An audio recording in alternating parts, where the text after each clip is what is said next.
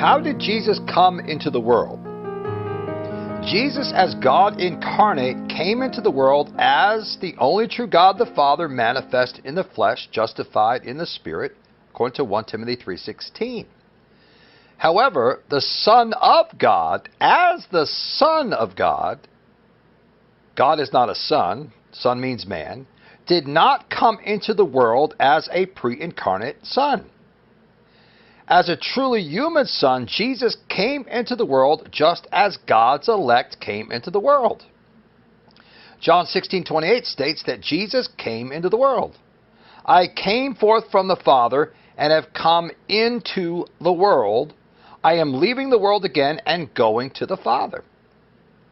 Just as John 16:28 says that Jesus came into the world, so does 1 Timothy 6:7 say that we brought nothing into the world, and we can take nothing out of it either. The words, we brought nothing into the world, is the same thing as Jesus saying, I have come into the world, in John 16:28. Just as Jesus came into the world, so God's elect came into the world. Since God's elect did not literally pre-exist in heaven before coming into the world, so Jesus did not literally exist as a son before he came into the world. Of course, in God's foreknowledge, God's elect were foreknown before the creation of the world, just as Jesus was foreknown before the creation of the world.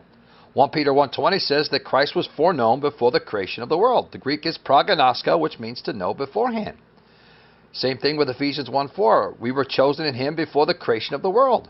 Romans 8:29 says, those whom he foreknew. The Greek is prognosko. Those whom he knew beforehand, he also called, and those whom he called, he also justified. Therefore, it is clear that those who were predestined in God's preconception came into the world from the Father because God foreknew his elect in heaven before they actually came into the world. Again, 1 Peter 1:20 states that Christ was foreknown before the creation of the world. God's elect were also foreknown before the creation of the world in Ephesians 1:4 and in Romans 8:29-30. Those whom he foreknew, he also predestined to be conformed to the image of his Son, that he might be the firstborn among many brethren. The words firstborn among many brethren implies that Jesus was firstborn before others were born in the mind and plan of God the Father. Just as Revelation chapter 13:8 says that the Lamb was slain before the creation of the world, so Jesus was already born before the creation of the world.